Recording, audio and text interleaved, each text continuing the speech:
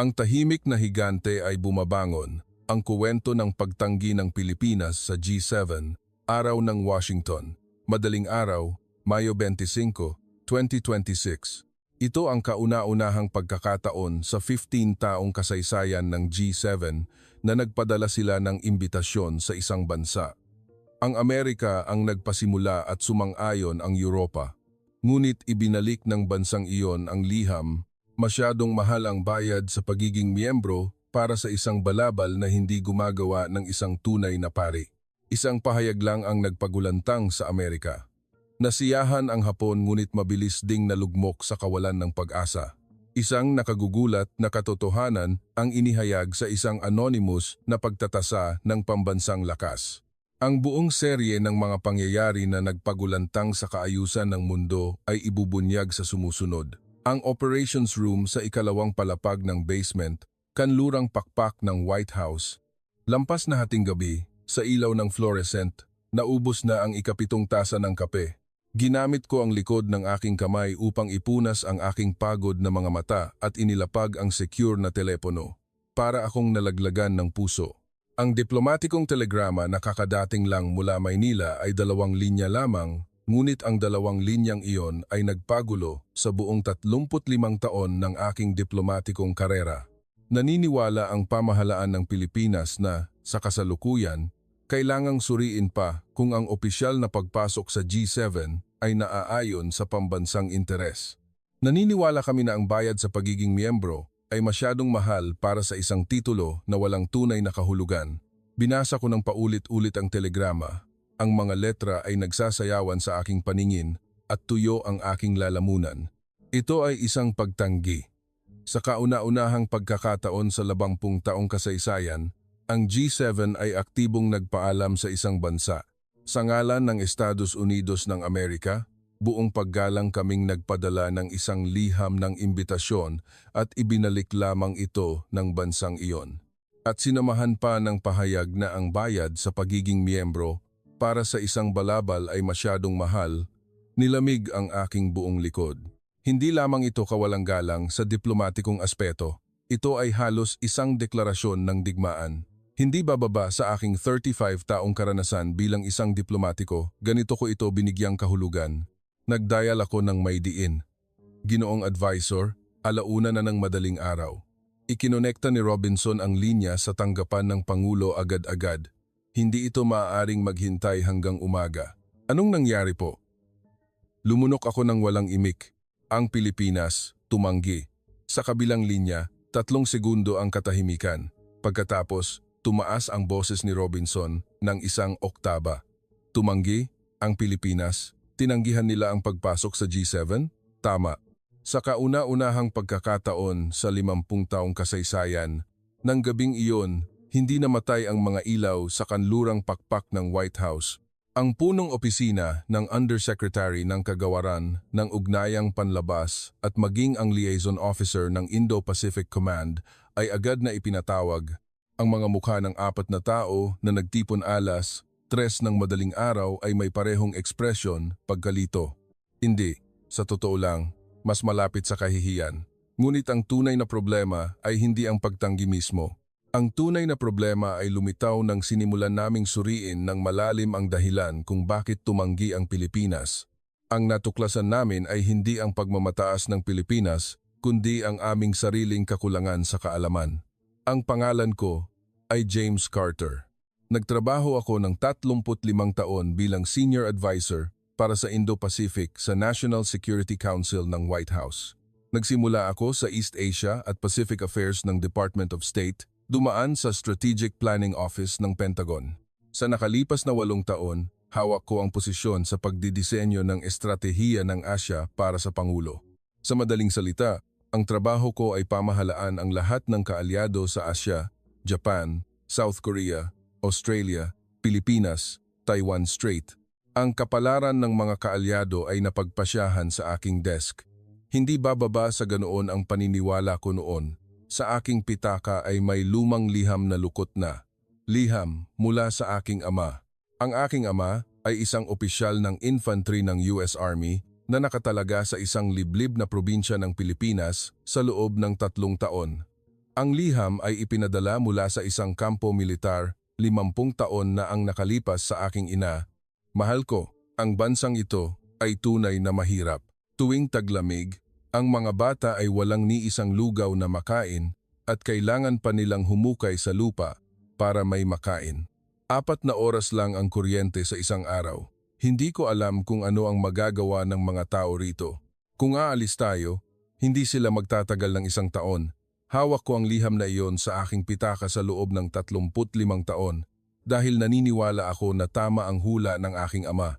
Ang Pilipinas ay isang bansang kailangan nating protektahan, isang bansang ating inaruga, isang bansang dapat magpasalamat sa atin. Ngunit madaling araw noon, sa harap ng 2 linyang telegrama mula Maynila, kailangan kong tanggapin na nagkamali ang aking ama. Hindi lang ang aking ama ang nagkamali. Ako, ang White House at ang buong Estados Unidos ay nabuhay sa iisang ilusyon sa loob ng 50 taon. Upang lubos na maunawaan ang kwento, kailangan nating balikan ang 3 buwan na ang nakakaraan. Sa isang pulong estratehiko ng National Security Council, NSC, na ginanap sa Roosevelt Room ng White House, ang National Security Advisor kasama ang mga undersecretary mula sa Kagawaran ng Ugnayang Panlabas, Kagawaran ng Depensa, Kagawaran ng Pananalapi, at Kagawaran ng Komersyo ay umupo sa paligid ng isang bilog na mesa na may iisang paksa. Estratehiya sa pagpapalawak ng G7. Nagbukas ng usapan ang National Security Advisor, mga ginoo at ginang. Ang sitwasyon ay simple. Pinalalawak ng China ang BRICS at ginugulo ang ating panig. Ang mga bansa sa Southern Hemisphere ay unti-unting kumikiling sa China. Kailangan din nating palawakin ang G7 upang palakasin ang ating panig. May 3 kandidato, Pilipinas, Australia at India. Sa screen ay lumitaw ang mga watawat ng 3 bansa.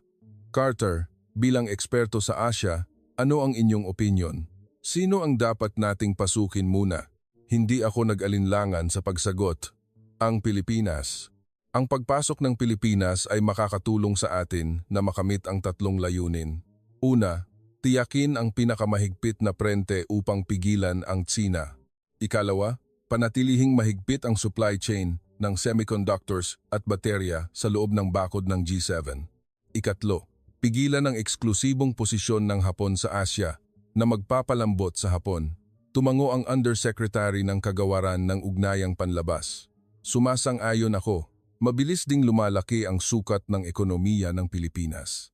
Pinapalakas din ang partnership sa NATO at pinakamahalaga, alam nilang makinig sa atin. Lihim akong ngumiti sa pahayag na iyon dahil totoo ito. Sa halos 30 taon mula ng normalisasyon ng relasyon, ang Pilipinas ay isa sa mga pinakapagkakatiwalaang kasosyo ng Amerika. Lumahok sila sa mga joint military exercises, bumili ng ating mga armas at tinanggap ang ating presensya sa West Philippine Sea. Sa kabila ng paninilip ng China, sa totoo lang, ang Pilipinas ay isang kaaya-ayang kasosyo, isang tapat na nakababatang kapatid na laging sumusunod sa nakatatandang kapatid. Kahit na minsan ay nagrereklamo, sa huli ay bumabalik pa rin. Iyan ang larawan ng Pilipinas na pinamahalaan ko sa loob ng 35 taon. Idinagdag ng Undersecretary ng Kagawaran ng Depensa. Sa aspetong militar, ang pagpasok ng Pilipinas sa G7 ay mayroon ding benepisyo. Sa totoo lang, mahina ang kakayahang militar ng ating mga kaalyado sa Europa. Ang operating rate ng mga tangke ng Alemanya ay wala pang kalahati at ang Britain ay walang sapat na bala para sa 10 araw. Ang buong NATO ay kulang sa bala pagkatapos ng digmaan sa Ukraine. Ngunit ang Pilipinas ay isang bansa na kayang gumawa ng self-propelled artillery sa loob ng 3 buwan at maipadala sa barko. Kung sasali ang Pilipinas sa G7, tataas ng husto ang kakayahang logistic ng ating panig. Bahagyang kunot-noo ang Undersecretary ng Kagawaran ng Pananalapi. Ngunit tutol kaya ang Hapon? Sa kasalukuyan, ang tanging kinatawan ng Asya sa G7 ay ang Hapon. Kung papasok ang Pilipinas, liliit ang posisyon ng Hapon. Iwinagayway ko ang aking kamay. Hayaan ninyong kami ang bahala sa Hapon. Kukumbinsihin namin sila na ang pagpasok ng Pilipinas ay mayroon ding benepisyo para sa Hapon. Kung ipapakita natin sa kanila ang mas malaking larawan ng pagpigil sa China, susundin din ng Hapon. Sa totoo lang, iba ang aking iniisip. Kahit na tumutol ang Hapon o hindi, kapag nagpasya ang Amerika, tapos na ang lahat, ang G7 ay sa katunayan ay isang club na pinamamahalaan ng Amerika. Kapag sumulat kami ng liham ng imbitasyon, kailangang sumunod ang ibang miyembro at naniniwala kami na masisiyahan ang Pilipinas na tanggapin ang korona ng G7, ang opisyal na pagiging miyembro ng club ng mga maunlad na bansa.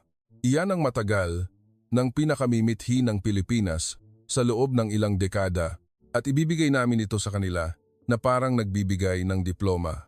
Buong kumpiyansa kong tinapos ang pulong. Sisiyasatin ko ang mga hindi opisyal na pakikipag-ugnayan sa pamamagitan ng channel ng Maynila.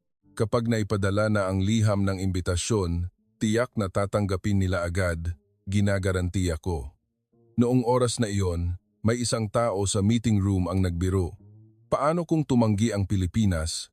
Nagtawanan ng lahat. Ngumiti rin ako. Tumanggi? Sa mundong ito, may bansa ba na tumatanggi sa imbitasyon ng Amerika? Ngunit naaktibo na ang hindi opisyal na channel. Nagpadala ako ng mensahe sa unang kalihim pangalawa ng kagawaran ng ugnayang panlabas ng Pilipinas sa pamamagitan ng Embahada ng Amerika sa Maynila. Ang mensahe ay formal na binuo, ngunit lihim ding binigyang diin ang pagiging espesyal nito. Sinusuri ng Estados Unidos ang paggawa ng makabago sa estruktura ng G7 at isinasaalang-alang ang Pilipinas bilang pinakamalaking pag-asa para sa pagpapalawak. Iminumungkahi namin ang isang hindi opisyal na pagpapalitan ng ideya. Nag-antay ako ng panatag. Ang reaksyon ng Pilipinas ay, nahulaan ko na, ang kagawaran ng ugnayang panlabas ay matutuwa, ang tanggapan ng Pangulo ay magkakagulo. Ang media ay maglalabas ng maiinit na balita tungkol sa nalalapit na pagpasok ng Pilipinas sa G7 at magbubunyi ang mga mamamayan. Pagkalipas ng 2 araw, dumating ang tugon. Nagkakape ako nang basahin ko ito at nabuga ko ang kape. Natapon ang kape sa aking damit, ngunit wala na akong isip na intindihin iyon. Ang tugon ng Pilipinas ay lampas sa lahat ng senaryo na aking naisip. Nagpapasalamat ang pamahalaan ng Pilipinas sa alok ng Estados Unidos.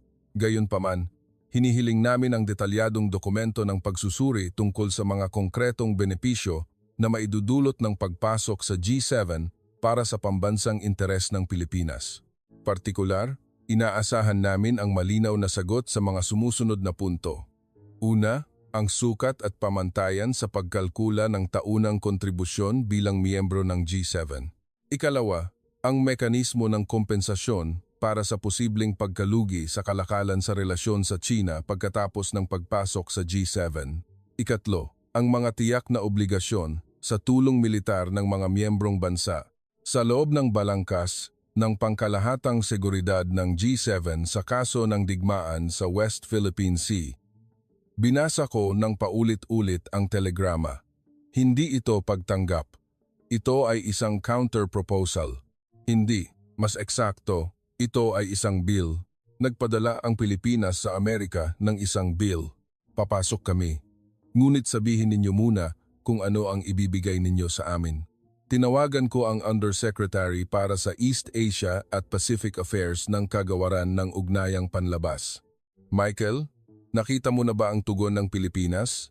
Nakita ko. Sa totoo lang, medyo nagulat ako. Hindi lang nagulat.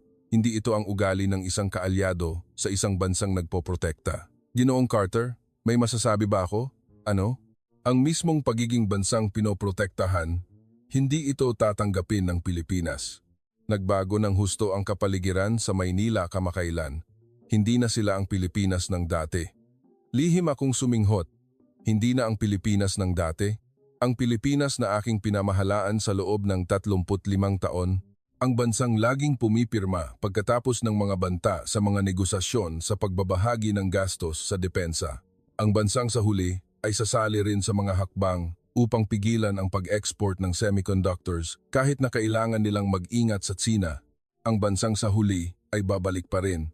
Binigyang kahulugan ko ang counter-proposal ng Pilipinas bilang isang estratehikong hakbang sa pagpoposisyon isang teknik upang pataasin ang kanilang halaga sa talahanayan ng negosasyon. Sa huli ay tatanggapin din nila. Ngunit ito ang likas na katangian ng mga negosyante na gustong kumita pa. Kaya, gumawa ako ng medyo detalyadong tugon ayon sa kanilang mga kondisyon. Ang bayad sa kontribusyon ay kakalkulahin batay sa porsyento ng GDP ngunit bababa sa unang 5 taon. Ang pinsala sa kalakalan sa China ay babayaran sa pamamagitan ng pagbubukas ng mas maraming merkado sa Amerika. Ang obligasyon sa tulong militar ay palalawakin ang kasalukuyang balangkas ng alyansa ng Pilipinas-Amerika sa G7. Iyan ay medyo kaakit-akit na mga kondisyon. Naniniwala ang parehong kagawaran ng ugnayang panlabas at kagawaran ng pananalapi na sa mga kondisyong ito magbubunyi ang Pilipinas at sasali. Pagkalipas ng 10 araw, dumating ang ikalawang liham ng tugon mula Maynila. Sa pagkakataong ito, inilapag ko ang tasa ng kape bago magbasa. Ang karanasan noon ang nagturo sa akin ng aral. Tama ang desisyong iyon. Nagpapasalamat ang pamahalaan ng Pilipinas sa detalyadong sagot ng Estados Unidos. Gayunpaman, matapos ang panloob na pagsusuri, hindi pa kami lubos na kumbinsido na ang pagpasok sa G7 sa oras na ito ay naaayon sa pambansang interes. Partikular, ang mga sumusunod na alalahanin ay hindi pa nasosolusyunan. Una, ang sapilitang paglahok sa mga parusa laban sa Russia bilang miyembro ng G7 ay magdudulot ng limitasyon sa seguridad ng enerhiya at export ng depensa ng Pilipinas. Ikalawa, ang pagtatayo ng pinag-isang prente laban sa Tsina sa loob ng balangkas ng G7 ay magdudulot ng malubhang pinsala sa kalakalan sa Tsina na kumakatawan sa 23% ng export value ng Pilipinas. Ikatlo, ang antas ng pagtaas ng taunang bayad sa kontribusyon at obligasyon sa aid ng pagpapaunlad ng G7 ay lumampas sa aktwal na benepisyo sa ekonomiya mula sa pagpasok. Sa madaling salita, naniniwala kami na ang bayad sa pagiging miyembro ay masyadong mahal para sa isang titulo na walang tunay na kahulugan. Sa halip, ang pamumuhunan ng budget na iyon sa susunod na henerasyon ng produksyon ng semiconductors ay mas angkop sa pambansang interes. Nanginginig ang aking kamay. Hindi ito positioning, ito ay sinseridad. Ang Pilipinas ay tunay na tumanggi sa G7 at binigyan pa ng detalyadong dahilan. Sa 35 taon ng aking diplomatikong karera, hindi pa nangyari ang ganito. Ang pangalan ng G7 sa nakalipas na 50 taon ay ang hinahangad ng bawat bansa sa mundo, isang simbolo ng mga maunlad na bansa, sertipikasyon ng isang superpower, isang VIP ticket sa kaayusan ng mundo. Ang India ay naglobby sa loob ng 10 taon para makapasok. Ang Brazil ay kumakatok sa pintuan.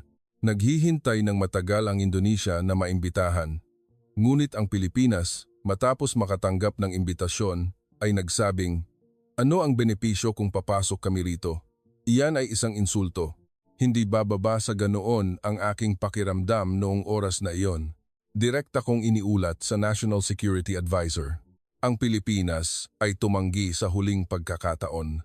Sa kabilang linya, 5 segundo ang katahimikan. Tumanggi? Carter, nagbibiro ka ba? Hindi po. Ito ang opisyal na sagot. Sabi nila, masyadong mahal ang bayad sa pagiging miyembro. Masyadong mahal ang bayad sa pagiging miyembro? Tinanggihan nila ang pagpasok sa G7 dahil sa bayad sa pagiging miyembro? Opo, bumaba ang boses ng National Security Advisor. Isang tono na hindi galit kundi pagkalito.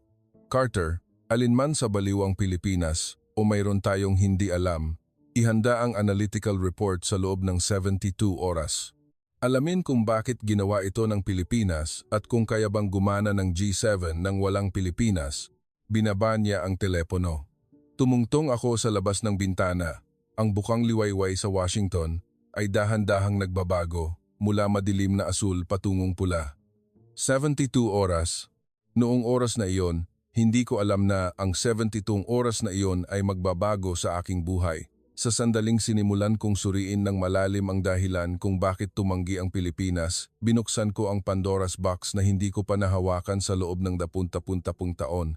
Sa loob niyon ay ang hindi kanais-nais na katotohanan na sadyang binaliwala ng Amerika sa loob ng 15 taon. Ang Pilipinas, ay hindi isang kaalyado na ating nilikha. Ang Pilipinas ay tahimik na lumago upang maging isang higante na humahawak sa buhay na linya ng ating buhay nang hindi natin nalalaman. Mayroon akong 72 oras upang hanapin ang sagot sa dalawang tanong. Bakit tumanggi ang Pilipinas sa G7 at kaya bang gumana ng G7 nang walang Pilipinas? Nagtatag ako ng isang emergency task force na binubuo ng mga analista ng NSC, 3 ekonomistang analista, 2 militar na estratehista, isang eksperto sa teknolohiyang intelligence. Sa kabuuan, 6 sa pinakamatalinong utak ang nagtipon sa meeting room sa tabi ng aking opisina. Sige, magsimula tayo sa unang tanong. Bakit tumanggi ang Pilipinas? Simple lang ba para pataasin ang presyo o talagang naniniwala sila na walang benepisyo? Binuksan ng ekonomistang analista na si Sarah Chen ang kanyang laptop. Siya ay isang PhD sa ekonomiya mula Harvard, isang eksperto na nagsuri ng ekonomiya ng Asya sa loob ng 12 taon. Ginoong advisor, matapos suriin ang istruktura ng kalakalan ng Pilipinas, kailangan kong sabihin na mayroon silang dahilan para tumanggi. Anong dahilan? Pakitingnan po. Sa screen ay lumitaw ang mapa ng pag-export ng Pilipinas. Ang makapal na mga arrow sa mapa ay lubos na naiiba sa aking hula. Di sa bungtong taon na ang nakakaraan, mahigit kalahati ng export value ng Pilipinas ay patungong Amerika at Europa, ibig sabihin, ang mga bansa ng G7. Ngunit ngayon ay lubos nang nagbago ang lahat. Nagpakita si Sarah ng isa pang chart. Sa kasalukuyan, ang porsyento ng ASEAN, India, Gitnang Silangan at Latin America o ang tinatawag na Southern Hemisphere sa export ng Pilipinas ay humigit kumulang 52%. Samantala, ang lahat ng mga bansa ng G7 ay magkakasama ay humigit kumulang 38% lamang. Hindi ako makapaniwala. Sandali, ulitin mo nga. Mas malaki ang merkado ng mga umuusbong na bansa kaysa sa buong G7? Opo. Nakumpleto na ng Pilipinas ang pagpapalawak ng merkado. Ang Samsung ay nakikipagkompetensya para sa numero 1 posisyon sa market share ng smartphone sa India. Ang Hyundai ay nananalo ng mga kontrata sa pagtatayo ng smart cities sa Saudi Arabia. Ang LG ay nagtatayo ng mga pabrika ng baterya sa Indonesia. Para sa mga negosyo ng Pilipinas, ang G7 ay isa lamang sa maraming kasosyo sa negosyo, hindi ang solong life raft. Sumingit ang militar na estratehista na si David Clark. Siya ay isang analista na nagmula sa Marine Corps at may 20 taon ng karanasan sa Pentagon. Hindi lamang ekonomiya, Ginoo, kundi pati na rin ang industriya ng depensa. Alam ba ninyo kung sino ang numero 1 kasosyo sa pag-export ng armas ng Pilipinas? Poland, Saudi Arabia, Australia, Iraq? Wala sa kanila ang mga bansa ng G7. Itinatayo ng Pilipinas ang sarili nitong network sa labas ng bakod ng G7. Humilig ako sa upuan at tumingin sa kisame. Nagsimulang gumulo ang aking isip. Ibig sabihin, para sa Pilipinas, ang pagpasok sa G7 ay sa katunayan ay isang kawalan. Tumango si Sarah. Maaaring maintindihan niyon sa ganitong paraan. Kung sasali sila sa G7, kailangan nilang lumahok sa mga parusa laban sa Russia ng sapilitan. Kung gayon, mahaharangan ang pag-import ng enerhiya mula sa Russia at makakaranas din ng limitasyon ang pag-export ng armas. Kailangan din nilang tumayo sa pinag-isang prente laban sa China, samantalang ang China ang pinakamalaking trade partner na kumakatawan sa 20.3% ng kanilang export value. Dagdag pa rito ang bayad sa pagiging miyembro ng G7 at obligasyon sa aid ng pagpapaunlad, ang kabuuang karagdagang gastos ay umaabot sa bilyon-bilyong dolyar bawat taon. Bilang kapalit, makakatanggap lang sila ng reputasyon, ang titulo ng club ng mga maunlad na bansa.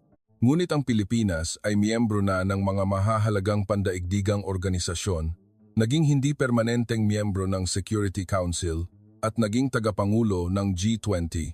Mayroon na silang sapat na titulo, hindi na kailangan pang magdagdag ng isa pang selyo sa business card, diretsong sinabi ni David. Sa madaling salita, ang Pilipinas ay isang mangangalakal, isang napakatalinong mangangalakal. Ang aktual na benepisyo ay mas mahalaga kaysa sa titulo, pera kaysa sa reputasyon. Kinakalkula nila at nakita na ang numero ay negatibo. Napangiti ako ng pilit. Sige, naiintindihan ko ang dahilan ng pagtanggi ng Pilipinas. Kaya lumipat tayo sa ikalawang tanong. Kaya bang gumana ng G7 nang walang Pilipinas? Ang kapaligiran sa meeting room ay bahagyang nagbago. Tumingin si Sarah kay David at maingat na nagsalita. Ginoong advisor, sa totoo lang, nang sinuri namin ang ikalawang tanong, nakatuklas kami ng mas malaking problema. Mas malaking problema? Opo. Ang problema ay hindi kung kaya bang gumana ng G7 nang walang Pilipinas. Ang problema ay kung gumagana pa ba ang G7 mismo? Kunot-noo ako. Anong ibig mong sabihin, Sarah? Sinuri namin ang mga pambansang indikasyon ng lakas ng kasalukuyang mga miyembrong bansa ng G7 batay lamang sa purong datos at anonymous na bansa. Ang resulta ay nakakagulat. Nagpakita si Sarah ng bagong chart, isang bar graph na may mga code ng letra sa halip na pangalan ng bansa. Ito ang index ng kapangyarihang ekonomiko na pinagsama-sama mula sa apat na elemento. Economic efficiency, antas ng technological autonomy, competitiveness ng manufacturing industry, at kakayahang kontrolin ang global supply chain. Ang numero 1 posisyon ay hindi nakakagulat, ang bansang A. Ang problema ay nagsimula sa ikalawang posisyon. Sa chart, sa ikalawang posisyon ay isang hindi pamilyar na code, bansang V. Ang bansang V na ito ay nasa likod lamang ng Amerika at ang kasalukuyang mga miyembro ng G7 tulad ng Germany, Japan, Britain, France ay nasa hanay mula ikatlo hanggang ika-6 na posisyon. Sandali, ang bansang V ay mas mataas pa sa Germany? Opo, at mayroon pang medyo malaking agwat. Nagkibit-balikat si David at nagsalita. Ginoong advisor, kailangan ko pa bang sabihin kung anong bansa ang bansang V? Hindi ako sumagot. Alam ko na, ito ay ang Pilipinas. At iyon ay tungkol lamang sa ekonomiya. Bumaba ang boses ni Sarah.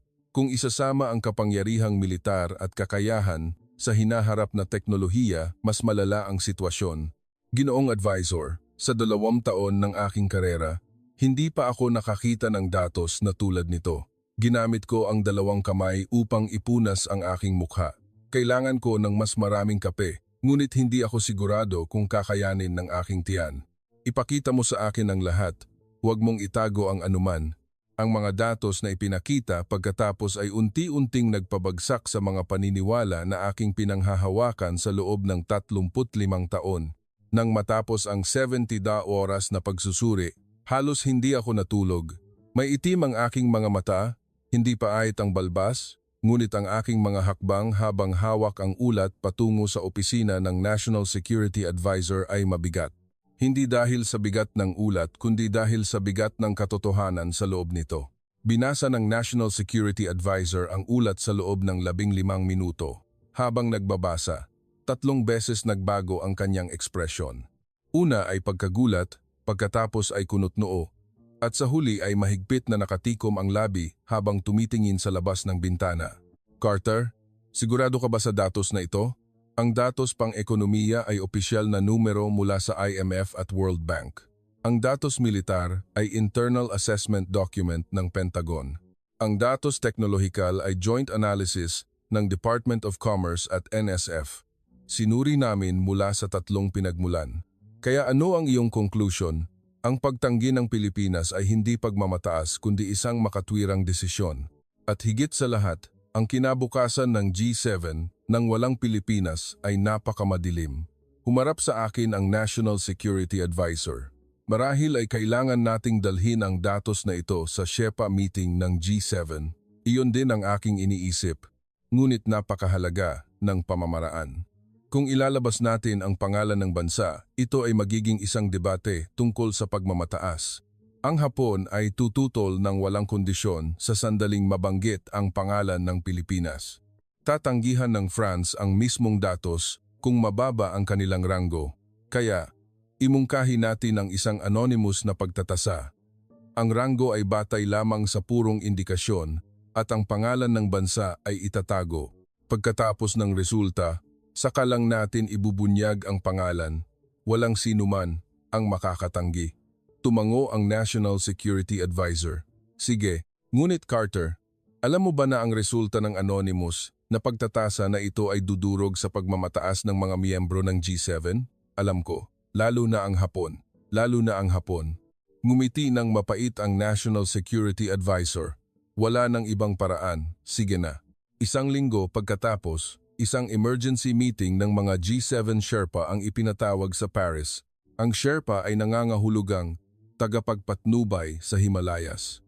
Ang mga matataas na opisyal ng bawat bansa na responsable sa paghahanda para sa G7 Summit ay tinatawag na Sherpa. Bago magpulong ang mga leader, ang mga Sherpa ang magko-coordinate ng lahat ng agenda at maghahanda ng joint statement.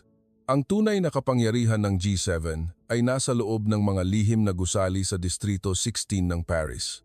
Sa labas ay mukha itong ordinaryong opisina, ngunit ang meeting room sa ilalim ng lupa ay isang fortress na may bulletproof glass at signal jammer. 8 kinatawan ng bansa ang umupo sa paligid ng mesa. Amerika, Britain, France, Germany, Japan, Italy, Canada at EU. Ang Pranses na si Antoine Levesque ang namumuno sa pulong. Siya ay isang tipikal na produkto ng French elite, maputlang balat, laging nakasuot ng suit at may panyong nakasabit. Mga Ginoo at ginang, ang emergency agenda ngayon ay ang pagpapalawak ng G7. Sigurado akong narinig na ninyong lahat na itinutulak ng Amerika ang pag-imbita sa Pilipinas. Ngunit tumanggi ang Pilipinas. Nagulantang ang meeting room. Inilapag ng British Sherpa na si William Hart ang tasa ng tsa at nagsalita. Tumanggi? Totoo ba iyan? Tumanggi ang Pilipinas na sumali sa G7? Totoo po. Inayos ng German Sherpa na si Hans Weber ang kanyang salamin at sumingit. Mahirap intindihin, sa 50 taong kasaysayan, mayroon bang bansa na hindi gustong sumali sa G7? Ang India ay naglabi sa loob ng 10 taon. Ang Hapon na si Watanabe, nakakrus ang mga braso, at sa kanyang mukha ay lumitaw ang isang bahagyang ginhawa na hindi niya maitago. Marahil ay hindi pa handa ang Pilipinas, masyado pang ang maaga. Ang G7 ay hindi lugar na basta-basta na lang mapapasukan ng sinuman. Nahulaan ko na ang reaksyon ni Watanabe. Ang Hapon ay nag-iisa bilang tanging bansa sa Asia sa G7 sa loob ng 15 taon. Kung papasok ang Pilipinas, masisira ang monopolyo na iyon. Para sa Hapon, ang pagtanggi ng Pilipinas ay marahil isang biyaya. Dahan-dahan akong tumayo. Bago natin pag-usapan ang pagtanggi ng Pilipinas, sa tingin ko ay dapat nating balikan ang ating sarili. Anong ibig mong sabihin, Carter? Umirap si Levesque. Nang sinuri namin ang dahilan kung bakit tumanggi ang Pilipinas, nakatuklas ang aming grupo ng isang mas pangunahing tanong. Kinuha ko ang remote control. Ang brand value ba ng G7 ay tulad pa rin ng 50 taon na ang nakakaraan? Bumaba na ba ang aming halaga sa punto na kaya nang tumanggi ng Pilipinas? Nagulantang ang meeting room. Ang ginhawa sa mukha ni Watanabe ay agad na naging pag-iingat. Kaya mayroon akong iminungkahi, isang anonymous na pagtatasa ng pambansang lakas. Ang G7, epektibo pa ba? Sa screen ay lumitaw ang isang malaking pamagat. Pagtatasa NG Lakas NG Bansa, Anonymous. Ang G7, epektibo pa ba? Itatago natin ang pangalan ng bansa, 27 bansa, kabilang ang mga miyembro ng G7 at 20 mahahalagang non-member na bansa ay gagawing mga code ng letra at iraranggo natin sila batay lamang sa 3 haligi, ekonomiya, militar, at teknolohiya ng hinaharap. Pagkatapos ng resulta, ibubunyag natin ang pangalan ng bansa. Ito ay isang insulto. Halos tumayo si Levesque, bumagsak ang kanyang panyo sa sahig, ngunit hindi niya pinulot. Sinisiyasat ninyo ba ang France? Isang founding member ng G7, ng Anonymous? Pabababain mo ba ang aming kasaysayan, kultura, at diplomatikong papel sa ilang numero? Natatakot ka ba, Levesque? Tumingin ako ng direkta sa kanya. Kung kayo ay tunay na isang superpower, kahit natanggalin ang inyong pangalan, dapat pa rin kayong manalo. Katahimikan sa meeting room, dumilim ang mukha ni Watanabe. Tila naramdaman na niya ang resulta ng pagtatasa na ito. Unang nagsalita si Sherpa William, sumasang-ayon ako. Kung hindi natin kayang tingnan ang ating sarili ng objetibo, walang kinabukasan ang G7. Tumango din si Sherpa Weber. Ang takot sa datos ay hindi ang ugali ng isang siyentista. Gawin natin. Kumagat sa labi si Levesque at umupo. Nagbigay ng huling pagtutol si Watanabe, ito ay isang hindi kinakailangang pagpapahirap sa sarili. Ito ay makakasira sa reputasyon ng G7. Ngunit ang anonymous na pagtatasa ay naaprubahan sa pamamagitan ng majority vote, 5 pabor, 2 abstain, 1 blanco. Binuksan ko ang aking laptop at sinimulan i-upload ang nakahandang datos. Ito ang datos na kinailangan kong pagpuyatan ng 72 oras upang ihanda. Dumating na ang oras upang ipakita ang salamin sa mga aristokrata sa silid na ito. Ang unang chart ay lumitaw sa screen, index ng kapangyarihang ekonomiko ng 20 bansa. Sa halip na pangalan ng bansa, mga code ng letra lamang ang ipinapakita. Ang unang haligi ay ekonomiya. Hindi ito purong GDP. Kung GDP lamang ang bibilangin, dapat kasama ang Soviet Union sa G7 noong 1975 at dapat nakaupo sa tabi natin ang Saudi Arabia. Ang sinusukat ko ay ang index ng kapangyarihang ekonomiko. Ipinaliwanag ko ang mga pamantayan ng pagtatasa, 4 na elemento. Una, ang hindi mapapalitang katangian. Kung mawawala ang bansang ito, mapaparalisa ba ang ekonomiya ng mundo? Ikalawa, ang antas ng technological autonomy. Kaya ba nilang gumawa ng mga core technology? Ikatlo, ang competitiveness ng manufacturing industry. Nagdidisenyo lang ba sila o kaya rin nilang gumawa? Ikaapat, ang kakayahang kontrolin ang pandaigdigang negosyo. Gaano karaming kumpanya ang hawak nila na nangunguna sa pandaigdigang merkado? Ang bar graph ay nakaayos mula mataas hanggang mababa. Numero 1, Bansang A. Nakamamanghang score. Alam ng lahat na ito ang Amerika. Hanggang dito, inaasahan na ng lahat. Ngunit mula sa ikalawang posisyon, nagsimulang magyelo ang kapaligiran. Ikalawang posisyon, Bansang V. May malaking agwat sa pagitan ng ikalawang posisyon at ikatlong posisyon. At mula ikatlo hanggang ika-6 na posisyon, nagkakagulo ang mga bansa. Bansang C, Bansang G, Bansang J, Bansang F. Sandali, Sherpa Weber. Inalis niya ang kanyang salamin upang ipunas. Tila gusto niyang kumpirmahin muli ang mga numero. Ang Bansang V sa ikalawang posisyon, agad pagkatapos ng Amerika, mas mataas pa sa Germany, mas mataas pa sa Japan. Ang datos po ang nagsasabi niyan. Anong bansa iyon? China? Ang pagbubunyag ng pangalan ng bansa ay magaganap pagkatapos ng buong pagsusuri, tanong ni Watanabe ng matalas. Ang GDP ng Bansang V ay mas mababa sa Amerika, iyan ay walang kabuluhan. Ang ikalawang GDP ay China, ikatlo ay Germany o Japan. Hindi ba ito pandaraya sa datos? Ginoong Watanabe, ano ang sinabi ko kanina? Hindi ito isang ranggo ng GDP. Ito ay isang ranggo ng hindi mapapalitang katangian. Pinalaki ko ang detalyadong datos ng Bansang V. Tingnan ninyo ang bansang ito. Bahagi sa pandaigdigang memory chip market, 65%. Numero 1 bahagi sa pandaigdigang display screen. Kakayahang magtayo ng LNG ships na kumakatawan sa mahigit 70% ng global. Numero 1 supply chain ng EV battery sa mundo. Mga Ginoo at Ginang, may tanong ako. Kung bukas ay huminto ang bansang ito sa pag-export, ano ang mangyayari? Katahimikan. Titigil ang produksyon ng iPhone ng Apple. Hihinto ang mga data center ng Google, mapuputol ang supply ng baterya ng Tesla. Kalahati ng mga pabrika ng sasakyan sa Europa ay kailangang magsara. Ang electronic control panel sa eroplano na inyong sinakyan, ang chip na kumokontrol sa elevator ng gusaling ito, ay hindi rin gaganana kung wala ang bansang ito. Tumigas ang mukha ni Levesque. Sa kabaligtaran, kung bukas ay huminto ang France sa pag-export, ano ang mangyayari? Ang alak at luxury bags ay maaaring madelay ng kaunti. Ngunit mapaparalisa ba ang ekonomiya ng mundo? Magkakaroon ng kaunting abala, ngunit hindi ito titigil. Ito ay isang hindi patas na paghahambing. Binabawasan mo ang halaga ng ekonomiya ng France sa alak at bags. Hindi pagbabawas, kundi pagpapalaki.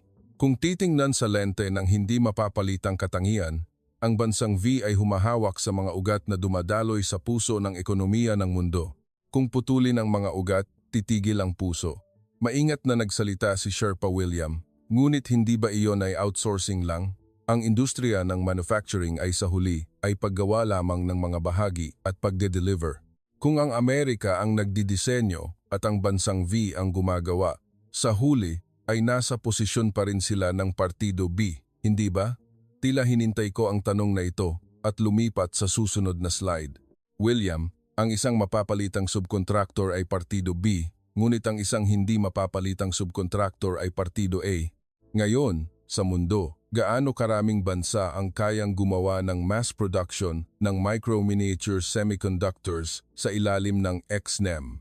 Ang TSMC ng Taiwan at isang kumpanya ng bansang V. Ang Amerika ay nagdidisenyo lamang, hindi kayang gumawa ng sarili. Ang Europa ay hindi kayang magdisenyo at hindi rin kayang gumawa. Nagtatayo din tayo ng mga pabrika ng semiconductors, hindi ba? Sa CHIPS Act, namumuhunan tayo ng $52 bilyong. Tama.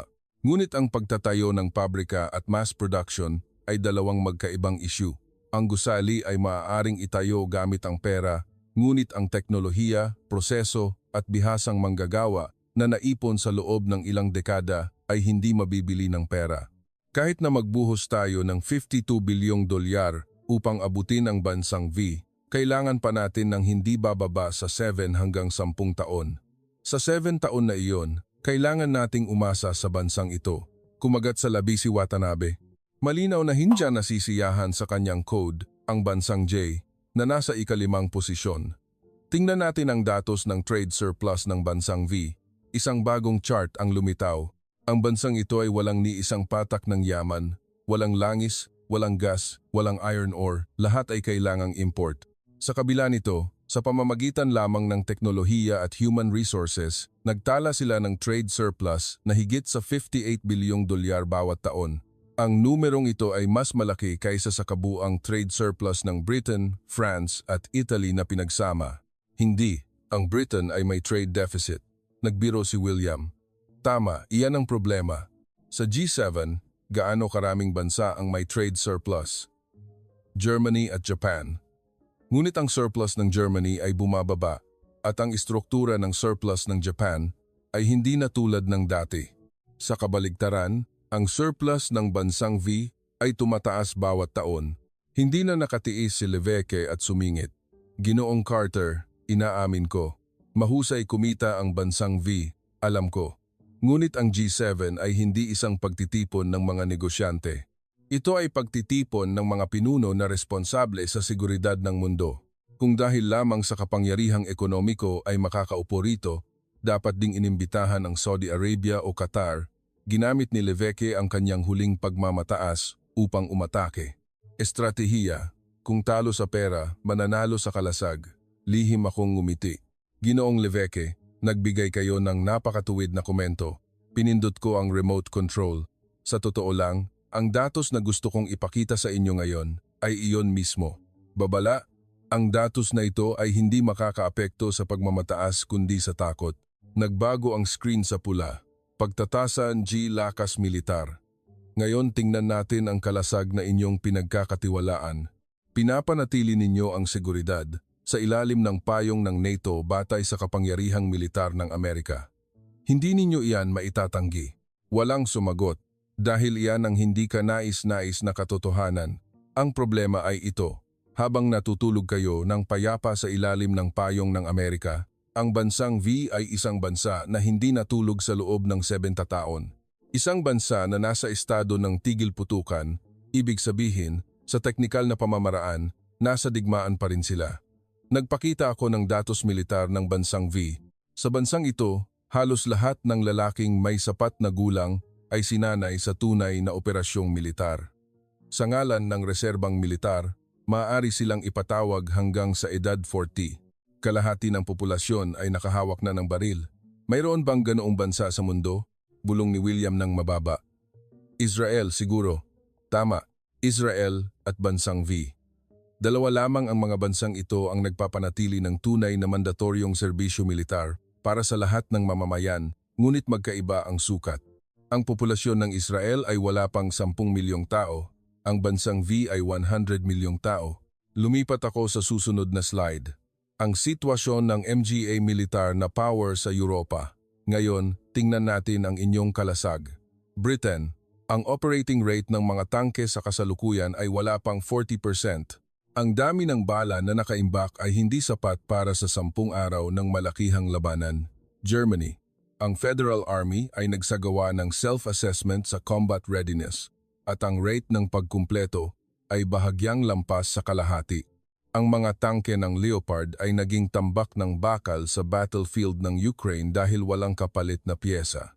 Dumilim ang mukha ni William. Iyan ay classified information. Alam ng mga military experts sa buong mundo, hindi classified kundi open secret. Paano naman ang France? Tanong ni Levesque ng matigas. Ipinagmamalaki ng France na mas magaling sila kaysa sa Britain o Germany. Mayroon silang independent nuclear weapons at medyo mahusay na French Foreign Legion. Mayroon silang kakayahang nuclear deterrence at malawak na karanasan sa pagdedeploy ng tropa sa ibang bansa. Ngunit sa ordinaryong puwersa, malayo sila sa bansang V. Sa ground firepower, lalo na ang artillery, hindi sila maihahambing. Hindi maihahambing, ang bansang V ay ang ganap na hari sa pandaigdigang merkado ng self-propelled artillery. Nang bantaan ang Poland ng Russia, sino ang una nilang nilapitan? Hindi ang Amerika, hindi ang Germany o France, kundi ang bansang V. Bakit? Kung mag-order ng armas sa Amerika, pinakamabilis ay 2 taon, at karaniwan ay dapan hanggang 5 taon pa bago maihatid. Dahil ang production line ng aming mga defense company ay overloaded na, ngunit ang bansang V, matapos mag-order, sa loob ng 3 buwan ay naipadala na ang 10 self-propelled howitzers. 3 buwan? Tanong ni Weber, na tila hindi makapaniwala. 3 buwan? Ang ordinaryong pabrika na gumagawa ng mga bahagi ng kotse, kapag lumipat sa military mode ay gagawa ng mga bahagi ng tangke. Ang mga shipyard, sa halip na gumawa ng LNG ships, ay gagawa ng mga barkong pandigma. Ang buong civilian industrial base ay maaaring agad na magbago sa isang wartime military factory. Ang istrukturang ito sa buong mundo ay sa bansang V lamang matatagpuan. Sinipi ko ang pagsusuri ni David Clark. Sa salita ng isang analista ng Pentagon, ito ay parang Amazon na nagde-deliver ng armas sa susunod na araw. Ang bansang ito ay nagde-deliver ng armas sa battlefield sa loob ng 3 buwan. Sumingit si Watanabe. Matalas ang boses na parang kutsilyo. Ano ang nakamamangha sa mabilis na paggawa ng ilang self-propelled howitzers? Sa advanced weapon technology, ang Amerika at Hapon pa rin ang nangunguna. Stealth fighter jets, Aegis destroyers, satellite systems, iyan ang dapat ihambing, hindi ba? Hindi sila matatawag na military superpower dahil lamang sa mabilis na paggawa ng ilang artillery. Tumango ako, Ginoong Watanabe, napakatuwid ng inyong komento. Tungkol sa advanced weapon systems, ang Amerika ang ganap na numero 1, iyan ay totoo. Ngunit may tanong ako, ano ang aral na natutunan mula sa digmaan sa Ukraine? Hindi sumagot si Watanabe. Nagpatuloy ako. Ang advanced weapons ay nagbabago sa takbo ng digmaan, iyan ay totoo. Ngunit ang nagpapanatili ng digmaan ay ang artillery shells. Kung sino ang nagbibigay ng mas mabilis at mas maraming artillery shells, na libo-libo ang nauubos araw-araw, ang magpapasya sa panalo o talo ng digmaan. Nang ang buong NATO ay nakaranas ng kakulangan ng bala sa digmaan sa Ukraine, alin sa mga bansa ang nagbigay ng pinakamaraming shell sa pamamagitan ng mga hindi direktang channel? Alam na alam iyan ng mga nagmula sa intelligence dito, katahimikan, ang bansang V. Opisyal, sinabi nila na hindi sila nagpadala ng nakamamatay na armas, ngunit sa pamamagitan ng mga hindi direktang channel, ang dami ng artillery shells na katumbas ng ipinadala ng buong Europa ay nakarating sa prente. Hindi pa kumpirmado ang katotohanan na iyan, tutol ni Watanabe, ngunit humina ang kanyang boses. Opisyal, hindi, ngunit sa silid na ito, walang sinuman ang hindi nakakaalam niyan. Nagpakita ako ng pinagsama-samang resulta ng pagtatasa ng lakas militar. Ito ang pinagsama-samang resulta ng haligi ng militar. Numero 1, Bansang A, walang pagbabago. Numero 2, Bansang V, ang combat readiness ng ordinaryong puwersa. Bilis ng produksyon ng armas, kakayahang magbago sa panahon ng digmaan, lahat ng indikasyon ay malayo sa average ng G7. Walang nuclear weapons at nasa ikalawang pwesto? Tanong ni Levesque. Ang pagmamay-ari ng nuclear weapons ay binibilang bilang hiwalay na plus points. Ang France at Britain ay mga bansang may nuclear weapons kaya may plus point sila. Ngunit kung ordinaryong puwersa lamang ang susuriin, hindi kasama ang nuclear weapons, ang bansang V ay mas malakas pa kaysa sa France at Britain na pinagsama. Mas malakas pa kaysa pinagsama? Mas malakas pa kaysa pinagsama. At isa pa, ang bansang ito ay walang nuclear weapons hindi dahil sa kakulangan ng kakayahan, kundi dahil sa kanilang pinili. Tungkol sa potensyal ng teknolohiyang nuclear, ayon sa hindi opisyal na pagsusuri ng Pentagon, kaya nila itong gawing sandata sa loob ng 6 na buwan. Ang pahayag na ito ay lubos na nagpabago sa kapaligiran ng pulong. Nagulat sa ekonomiya at nagsisimulang matakot sa militar. Gusto kong magtanong ng direkta. Tumingin ako sa paligid ng mesa. Kung magkakaroon ng malakihang digmaan, anong uri ng kaalyado ang gusto ninyo? Isang bansa na may sapat na bala lamang para sa 10 araw, isang bansa na kalahati ng mga tangke ay sira, o isang bansa na kayang gumawa ng armas sa loob ng 3 buwan at maipadala sa barko, at 100 milyong tao na handang humawak ng baril? Walang sumagot. Dahil hindi na kailangan pang sumagot, ipinahayag ko ang 10 minutong break bago lumipat sa huling haligi. Sa pasilyo sa labas ng meeting room, ang mukha ng mga Sherpa na umiinom ng kape ay kahabag-habag. Siguradong pakiramdam nila ay sinuntok sila sa ekonomiya at sinuntok ulit sa militar. Lumapit sa akin si Weber na may hawak na tasa ng kape. Carter, sabihin mo sa akin, anong bansa ang bansang V? Nahulaan na ng lahat, ngunit kailangan pang tingnan hanggang sa huli. May isa pang haligi. May isa pang haligi? Kailangan pa ba nating tumanggap ng palo? Sa kabaligtaran, marahil sa haligi na ito, makakabawi kayo. Lumingon si Weber at umalis. Sa totoo lang, ako rin ay nagulat nang makita ko ang resulta ng ikatlong haligi. Ang ekonomiya at militar ay nasa loob pa rin ng inaasahang saklaw. Ngunit ang haligi ng hinaharap na teknolohiya ay isang larawan na hindi ko pa nakita sa loob ng 30 taon ng pagsusuri ko sa Asya. Sige, ikatlong haligi. Bumalik ang mga Sherpa sa mesa na may tensyonadong mukha. Hinaharap na teknolohiya, AI, quantum computing, next-generation batteries, biotechnology, space. Kung sino ang nangunguna sa mga larangang ito ang magpapasya sa susunod na 50 taon. Isang bagong chart ang lumitaw sa screen. Una kong ipapakita sa inyo ang pinakamasakit na numero. Ang ratio ng R/D investment sa GDP. Ibig sabihin, gaano karaming pera ang ginagastos nila para sa pananaliksik at pagpapaunlad. Ang bar graph ay nakaayos. Ang unang at ikalawang posisyon ay napakataas at ang iba ay naiwan sa likod. Unang posisyon, Israel.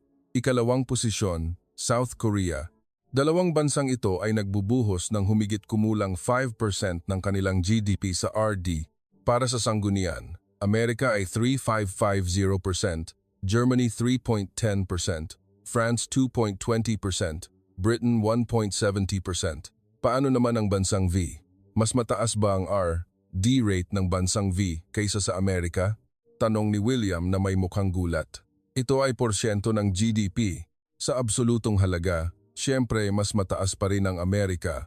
Ngunit mahalaga ang porsyento dahil ipinapakita nito kung gaano karaming pera ang kanilang kinikita ngayon ang kanilang inilalagay para sa kinabukasan. Ang bansang ito ay naglalagay ng malaking bahagi ng kanilang kita sa kinabukasan. Sa pagkakataong ito, mas kalmado ang tanong ni Watanabe. Ngunit ang R/D investment ay magandang resulta. Ang mahalaga ay ang mga bunga, hindi ba? Tama. Kaya tingnan natin ang mga bunga. Susunod na slide. Bilang ng aplikasyon ng patent ng AI ayon sa bansa. Pagkatapos ng Amerika at Sina, ang bansang V ay nasa ikatlong pwesto.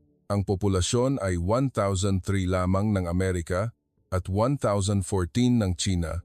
Per capita, sila ang numero 1 sa mundo sa AI patents. Quantum Computing Research Paper Citation Index. Ang bansang V ay nasa top 5. Next Generation Solid-State Battery Patents. Dalawang kumpanya ng bansang V ang nag-iisang humahawak sa numero 1 at 2 na posisyon sa mundo. Densidad ng robot, bilang ng mga industrial robot sa bawat 10 manggagawa. Ang bansang V ang ganap na nangunguna. Malaki ang agwat sa Singapore na nasa ikalawang pwesto. Nakatitig si Weber sa mga numero sa kanyang salamin at bumulong. Ganoon lang ba ang densidad ng robot ng Germany? Ipinagmamalaki pa naman natin ang Industry 4.0. Ang Germany ay nagpapahayag ng pulisiya, samantalang ang bansang V ay nagsasagawa niyan. Iyan ang pagkakaiba. Ibinato ni Levesque ang kanyang huling baraha. Sige, maraming pamumuhunan sa teknolohiya, maraming patent, maraming robot, inaamin ko. Ngunit mayroon silang isang malaking kahinaan, hindi ba? Ang problema sa pamamahala at katiwalian na madalas iniuugnay sa bansang V, hindi ba't ito ay isang malaking kahinaan? Halos tumayo siya na parang kakakuha lang ng nagwaging espada. Sa bansang ito, ang perception ng corruption ay mataas at ang political stability ay hindi kasing taas ng mga maunlad na bansa. Paano ninyo isasama ang isang bansang may ganitong mga problema sa G7? Bahagyang lumiwanag ang mukha ng iba, tila nakita nila ang kahinaan ng bansang V.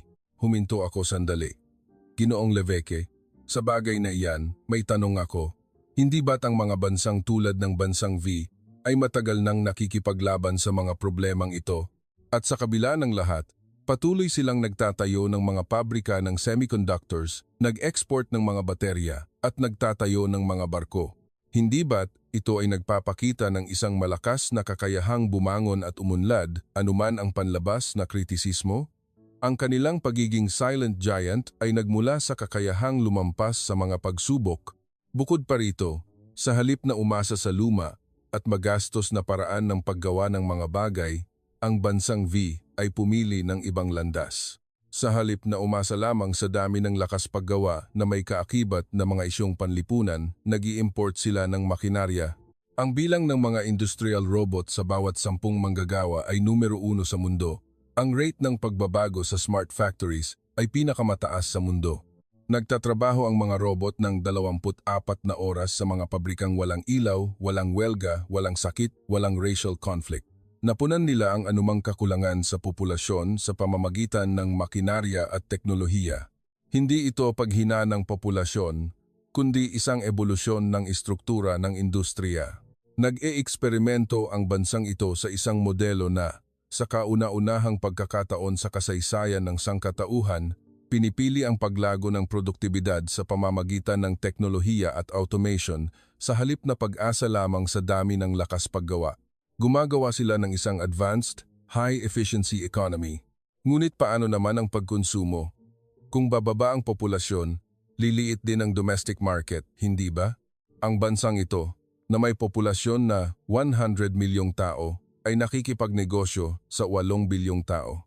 Hindi sila isang bansa na umaasa sa domestic market. Ang buong mundo, ang kanilang merkado. Gumagawa sila ng numero 1 nilalaman sa Netflix, naglalabas ng numero 1 mang-aawit sa Billboard, nag-export ng isang kultura na ginagaya ng mga kabataan sa buong mundo.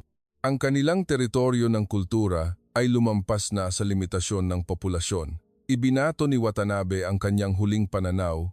Sa pagkakataong ito ay ang pinakapolitikal na pananaw. Ginoong Carter, aminin ninyo, malakas ang bansang V sa ekonomiya, mahusay sa militar, at nangunguna sa teknolohiya. Totoo iyan. Ngunit ang G7 ay isang alyansa ng mga pagpapahalaga, isang koleksyon ng mga bansa na nagbabahagi ng mga pagpapahalaga tulad ng demokrasya, karapatang pantao, kalayaan, at tuntunin ng batas. Nagpakita na ba ng pamumuno ang bansang V sa mga pagpapahalagang ito? Nagsasalita kayo tungkol sa pagpapahalaga? Kinuha ko ang isang lumang dokumento mula sa aking bag. Sa totoo lang, hindi iyon dokumento kundi isang memorandum na kinopya ko mula sa classified archives ng NSC. Isang internal memorandum mula 1975 nang unang itinatag ang G7. Alam ba ninyo kung ano ang pamantayan sa pagpili ng miyembro noong panahong iyon? Babasahin ko ang memorandum. Una, sukat ng ekonomiya. Ikalawa, kabilang sa Western Bloc. Ikatlo, ang hindi opisyal na pamantayan ay ang pagkakatulad sa kultura. Kailangan ko pa bang ipaliwanag kung ano ang ibig sabihin ng pagkakatulad sa kultura? 50 taon na ang nakakaraan. Hindi kami tumitingin sa pagpapahalaga. Tumitingin kami sa salamin. Nagtipon kami ng mga bansa. Nakamukha namin. Tumigas ang mukha ni Watanabe. Ang Hapon ay laging nasa sensitibong posisyon, ang tanging bansang hindi taga-kanluran sa G7. Ang Soviet Union ay may ikalawang pinakamalaking ekonomiya ngunit na-exclude. Ang Saudi Arabia ay humahawak sa mundo sa pamamagitan ng pera mula sa langis ngunit hindi inimbitahan. Sa halip, ang Canada na may mas maliit na ekonomiya ay nakapasok. Bakit? Dahil kapitbahay ng Amerika at nagsasalita ng Ingles. Kung tatanggalin ang veneer ng alyansa ng pagpapahalaga, ang G7 ng 50 taon na ang nakakaraan ay isang eksklusibong club ng kanluranin. Ngayon ay iba na, tutol ni Watanabe. Ngayon ay iba na, kaya, tanong ko, 50 taon na ang lumipas at walang miyembro na nagbago. Paano ninyo masasabi na iba na? Katahimikan. Ngayon, pagsasama-samahin natin ang Anonymous na resulta ng pagtatasa ng 3 haligi. Nagpakita ako ng huling slide. Ang pinagsama-samang ranggo ng 27 bansa, weighted average ng ekonomiya, militar, at hinaharap na teknolohiya. GAI, 97, QCI, AGM, IAJ, 9, QU, 55. Nakita ninyo? Itinuro ko ang mga numero. Ang agwat ng puntos sa pagitan ng Amerika sa unang posisyon at bansang V sa ikalawang posisyon ay 11 puntos, ngunit ang agwat sa pagitan ng bansang V sa ikalawang posisyon at ikatlong posisyon ay 8 puntos at sa ikaapat na posisyon ay 25 puntos. Ang chart na ito ay nagsasabi lamang ng isang bagay. Ang tunay na istruktura ng kapangyarihan sa mundo ngayon ay hindi G7, kundi GAI Amerika at bansang V. Ang dalawang bansang ito ay bumubuo ng isang super tier at ang iba sa inyo ay nagkakagulo sa ikalawang division, napakalayo ng agwat. Ngayon ay ibubunyag ko ang pangalan ng bansa. Pinindot ko ang enter. Lumitaw ang watawat ng bawat bansa sa tabi ng mga code ng letra. Sa tabi ng bansang A, ang watawat na may mga bituin at guhit ay lumilipad. Sa tabi ng bansang V, lumitaw ang watawat ng Pilipinas, ang pula at asul na watawat, puting tatsulok at bughaw na bahagi na may ginintuang araw at 3 bituin. Sa tabi ng bansang J, Germany, ay ang tricolor flag ng Germany. Sa tabi ng bansang J, Japan, ay ang pambansang watawat ng Japan. Sa tabi ng bansang F, France, ay ang tricolor flag ng France. Pilipinas. Binasa ko ng malinaw, Republika ng Pilipinas. Ang bansa na 50 taon na ang nakakaraan ay isinulat ng aking ama, isang opisyal ng infantry ng Amerika, sa kanyang liham na ang mga tao ay kailangang humukay ng lupa para may makain dahil walang lugaw. Ang bansa na ngayon dito ay nagpatunay ng pambansang lakas na lumagpas sa buong G7. Ang meeting room ay tahimik na parang sementeryo. Namutla ang mukha ni Watanabe. Kinailangan niyang kumpirmahin ang katotohanan na ang Hapon ay nasa likod ng Pilipinas mismo rito. Maigpit na nakatikom ang labi ni Levesque, tumingin sa kanyang watawat sa mesa. Inalis ni Weber ang kanyang salamin at ipinunas ng tela, ngunit hindi nawala ang mga finger marks sa salamin dahil nanginginig ang kanyang kamay. Si William ang unang bumasag sa katahimikan. Carter, kaya dapat nating isama ang Pilipinas? Hindi, William, umiling ako. Ang problema ay hindi kung isasama natin ang Pilipinas o hindi, kundi kung papayag ang Pilipinas na sumali. Nagpadala na tayo ng imbitasyon at tumanggi ang Pilipinas. Tayo ang nangangailangan. Kaya ano ang dapat nating gawin? Alam ko ang sagot sa tanong na iyon, ngunit hindi ko ito madaling masabi. Ang kailangan nating magmakaawa sa Pilipinas sa harap ng mga Sherpa ng G7 ay ang pinakamahihiyang sandali sa aking 35 taon ng diplomatikong karera. Pagkatapos ng pulong ng Sherpa sa Paris, ang buong G7 ay nagkakaisang nagpasya na imbitahan ang Pilipinas. Maging si Watanabe, sa huli ay itinaas din ang kanyang kamay. Sa harap ng anonymous na datos, wala na siyang dahilan upang lumaban. Ako ang naatasan na direktang maghatid ng liham ng imbitasyon. Nang sabihin ng National Security Advisor, Carter, kailangan mong pumunta sa Maynila. Tumingin ka ng direkta sa kanila at kumbinsihin sila, tumango ako. Bilang isang taong namamahala sa mga kaalyado sa loob ng 35 taon, dumating na ang oras upang gamitin ang huling baraha. Sa eroplano, Naghanda ako ng 8 senaryo ng panghihikayat. Senaryo 1. Gumamit ng security package para akitin. Senaryo 2. Gumamit ng pagpapalawak ng semiconductor cooperation bilang pain. Senaryo 3. Bigyang diin ang pagiging global leader. Senaryo 4. Bigyang diin ang banta mula sa China upang lumikha ng pakiramdam ng krisis. Sa loob ng 14 na oras ng biyahe, pinagbuti ko ang mga senaryo. Kailangan kong lumikha ng isang kondisyon na hindi maaaring tanggihan ng Pilipinas. Hindi ito isang ordinaryong diplomatikong negosasyon. Ang kinabukasan ng G7 ay nakasalalay dito. Nang lumapag ako sa Ninoy Aquino International Airport, alas 11 na ng gabi. Ang malamig na hangin ng Pebrero ay sumingaw sa aking kwelyo ng Amerikana. Ngunit ang masiglang kapaligiran ng paliparan ay nagpalimot sa akin sa lamig. Kahit nalampas na hating gabi, siksikan pa rin ang paliparan. Habang dumadaan sa immigration area, walang malay akong tumingin sa paligid.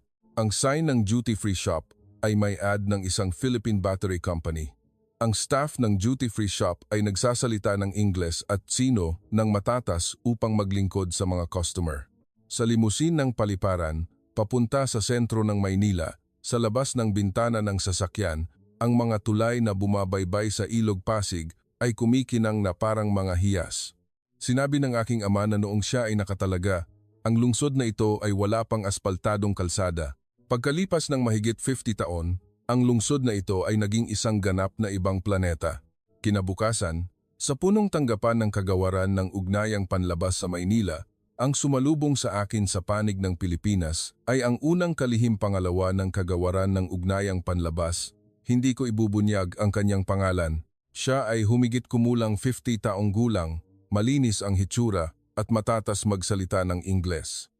Narinig ko na graduate siya ng Kennedy School ng Harvard. Nang kami ay umupo sa harap ng isa't isa sa meeting room, ang kapaligiran ay mas relax kaysa sa inaasahan. Naghanda ng tsaa at prutas at ngumiti ang undersecretary habang nakikipagkamay sa akin. Maligayang pagdating, Ginoong Carter, sa Pilipinas. Nakatulog po ba kayo sa eroplano? Sa totoo lang, hindi po ako nakatulog dahil kailangan kong maghanda ng 8 senaryo ng panghihikayat. Ngumiti ang undersecretary, isang relax na ngiti. Ngunit hindi ko binaliwala ang kumpiyansa na nakatago sa ngiting iyon. May pakiramdam ako na mayroon na siyang sagot bago pa man kami magkita. Ginoong advisor, pakikinggan ko ang lahat ng 8 senaryo ninyo, ngunit bago iyon, maaari ba akong magtanong? Siyempre, Ginoong advisor, bakit sa tingin ninyo ay dapat sumali ang Pilipinas sa G7 ayon sa interes ng Pilipinas at hindi ng Amerika? Mabilis kong inikot sa aking isip ang mga inihandang senaryo. Seguridad, semiconductor cooperation, global leadership role, banta mula sa Tsina. Ngunit ang lahat ng senaryo na iyon ay biglang naging walang laman dahil ang lahat ng iyon ay pagpapanggap lamang ng interes ng Amerika bilang interes ng Pilipinas. Nagpasya akong sumagot ng totoo. Sa totoo lang, ang aktwal na benepisyo na makukuha ng Pilipinas sa pagpasok sa G7 ay hindi malaki. Kayo ay miyembro na ng mga pangunahing pandaigdigang organisasyon, naging hindi permanenteng miyembro ng Security Council at naging tagapangulo ng G20. Ang inyong internasyonal na posisyon ay sapat na matatag. Kung gayon, ano po, kailangan namin kayo. Ang Amerika, ang G7 ay nangangailangan ng Pilipinas. Kung wala ang Pilipinas, hindi magiging matatag ang supply chain ng semiconductors, mahihirapan ang pagtiyak ng supply ng baterya, magkakaroon ng butas sa depensa. Sa totoo lang, maayos pa ring mabubuhay ang Pilipinas nang hindi kailangan ang titulo ng G7. Kami ang nangangailangan. Tiningnan ako ng Undersecretary sandali. Isang tingin na hindi pagkagulat kundi kumpirmasyon. Tila alam na niya na ganoon ang sasabihin ko. Ginoong advisor, salamat sa inyong pagiging direkta. Nais din naming maging direkta. Nang sinuri namin ang pagpasok sa G7, ano ang pinakamaraming opinyon na lumitaw sa loob ng aming hanay? Alam ba ninyo? Ano po iyon? Bakit ngayon? Bakit kami? Pagkatapos ng 50 taon na hinayaan ninyo kaming maghintay sa labas ng pintuan, bakit ngayon nyo lang kami inimbitahan? Dahil sa takot sa Tsina? Dahil kailangan ninyo ng semiconductors? Dahil sa kakulangan ng bala sa digmaan sa Ukraine, malumanay pa rin ang kanyang boses, ngunit bawat salita ay may bigat. Hindi namin hinintay ang imbitasyon. Ginoong advisor, sinusuri namin kung handa na ba ang G7 na makipag-usap sa amin. At sa totoo lang, tila hindi pa. Handa sa anong aspeto? Handa na tratuhin kami bilang isang pantay na kasosyo. Ang paraan ng pag-imbita ng G7 sa Pilipinas ngayon ay hindi parang pag-imbita ng bisita kundi mas malapit sa pag-upa ng mersenaryo. Hindi ba't kailangan ninyo ng isang sundalo upang pigilan ang China? Hindi ba't alam namin yan? Wala na akong masabi. Hindi ako makatanggi. Tama ang kanyang sinabi. At isa pa, kinuha ng undersecretary ang isang sobre at inilapag sa mesa. Narinig ko na nagsagawa kayo ng anonymous na pagtatasa sa pulong ng G7 Sherpa. Kami rin ay nagsagawa ng katulad na pagsusuri. Sa loob ng sobre ay ang Independent Analytical Report ng Pamahalaan ng Pilipinas. Binasa ko ito ng mabilis at huminto ang aking kamay. Sa pahina ng conclusion ay nakasulat, maaaring mapanatili at mapalakas ng Pilipinas ang estratehikong posisyon nito sa pandaigdigang ekonomiya nang hindi kinakailangang sumali sa G7. Kapag sumali sa G7, ang pagkalugi sa kalakalan sa China, panganib sa enerhiya sa Russia, at bigat ng bayad sa kontribusyon ay lumampas sa benepisyo mula sa pagpasok. Rekomendasyon, magalang na tanggihan. Ipinatikom ko ang ulat. Ginoong Undersecretary, ang huling sagot ba ay pagtanggi? Ang salitang pagtanggi ay marahil medyo mabigat. Mas tamang sabihin, hindi pa ang tamang panahon. Naniniwala kami na, sa oras na ito, ang pamumuhunan ng bayad sa pagiging miyembro na iyon sa susunod na henerasyon ng produksyon ng semiconductors at AI infrastructure ay magiging mas kapaki-pakinabang para sa mga mamamayan. Pinili lang namin ang aktwal na benepisyo sa halip na isang walang kabuluhang titulo at sa huli ay sinabi ng Undersecretary, Ginoong Advisor, mayroon akong kahilingan. Pakiusap na iparating ito sa mga miyembro ng G7. Anong kahilingan po? Hindi kami kalaban ng G7, kami ay kasosyo. Nais lang naming maging isang pantay na kasosyo at hindi isang subordinate na kasosyo. Kapag handa na ang G7 para diyan, laging bukas ang aming pintuan para makipag-ugnayan. Tumango ako at umalis sa meeting room. Sa daan pabalik sa hotel, kinuha ko ang aking pitaka. Ang liham na isinulat ng aking ama, 50 taon na ang nakakaraan. Ang papel ay lukot at luma na ang mga sulok. Mahal ko, ang bansang ito ay tunay na mahirap. Tuwing taglamig, ang mga bata ay walang ni isang lugaw na makain at kailangan pa nilang humukay sa lupa para may makain. Hindi ko alam kung ano ang magagawa ng mga tao rito. Kung aalis tayo, hindi sila magtatagal ng 1 taon. Ang Pilipinas na nakita ng aking ama, 15 taon na ang nakakaraan, isang bansa ng mga batang kumakain ng lupa, ang Pilipinas na aking nakita ngayon. Isang bansa na ibinabalik ang liham ng imbitasyon ng G7 at nagsasabing masyadong mahal ang bayad sa pagiging miyembro. Sa labas ng bintana ng sasakyan, ang tanawin ng gabi sa Maynila ay dumadaan walang humpay na kumikinang na mga ilaw sa Ilog Pasig. Ipinatikom ko ang liham at inilagay sa aking pitaka, nakaramdam ng kirot sa aking ilong. Ama, nagkamali kayo. Ang bansang ito ay nagpatuloy nang umalis tayo. Hindi lamang nagpatuloy, nalampasan na nila tayo. Ang mga apo ng mga batang inyong kinahabagan ngayon ay gumagawa ng semiconductors para sa mundo, nagtatayo ng mga barko para sa mundo, at nag-export ng armas sa mundo. At ngayon, sinabi ng bansang iyon sa Estados Unidos, gusto naming kumpirmahin ang inyong sinseridad tulad ng pagiging kailangan ninyo sa amin. Mula sa paksa ng habag ay naging paksa ng paggalang. Mula sa isang bansang tumatanggap ng tulong ay naging isang bansang tumatanggi sa tulong. Mula sa isang nakababatang kapatid na laging sumusunod sa nakatatandang kapatid ay naging isang kasamang naglalagay ng kondisyon sa nakatatandang kapatid. Ang pagbaliktad na ito ay nangyari sa loob lamang ng isang henerasyon.